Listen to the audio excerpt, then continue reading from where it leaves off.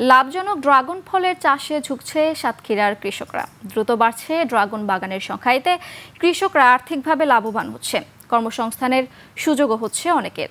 প্রতিনিধি জিএম মনিরুল ইসলাম মিনির তথ্য ছবিতে desk report. Colour expert, George sap এবং মাইল্ড অন হ্যান্ডস টেকনোলজি সমৃদ্ধ অরিক্স ক্রিস্টাল ওয়াশ আপনার লন্ড্রি এক্সপার্ট।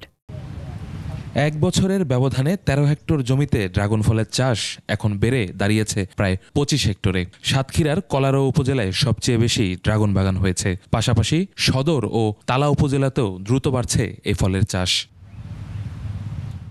প্রচলিত ফসল চাষে আর্থিক ক্ষতির মুখে পড়ার শঙ্কা থেকেই কৃষকরা ঝুঁকছে এই লাভজনক ড্রাগন চাষে। একসময় কেজি প্রতি দাম ছিল ২৫০ থেকে ৩০০ টাকা, এখন বিক্রি হচ্ছে ১৫০ থেকে ২০০ টাকায়। তবে আধুনিক পদ্ধতিতে চাষ করায় ফলন বেড়েছে, তাই দাম কমলেও বেশি বিক্রি করে লাভ পাচ্ছেন তারা। ২৫ জন ২০ জন ১৫ জন লোক কাজ করে প্রতিদিন।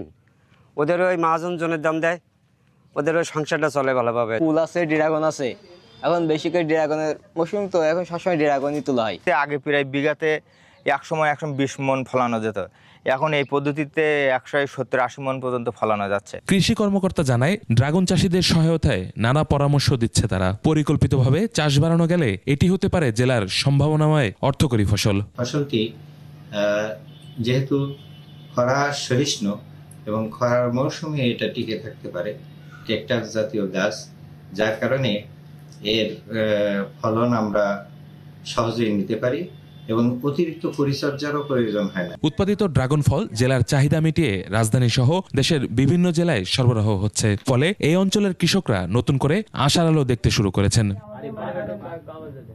ইউসুফ হাসান নাইম, ২১ টেলিভিশন।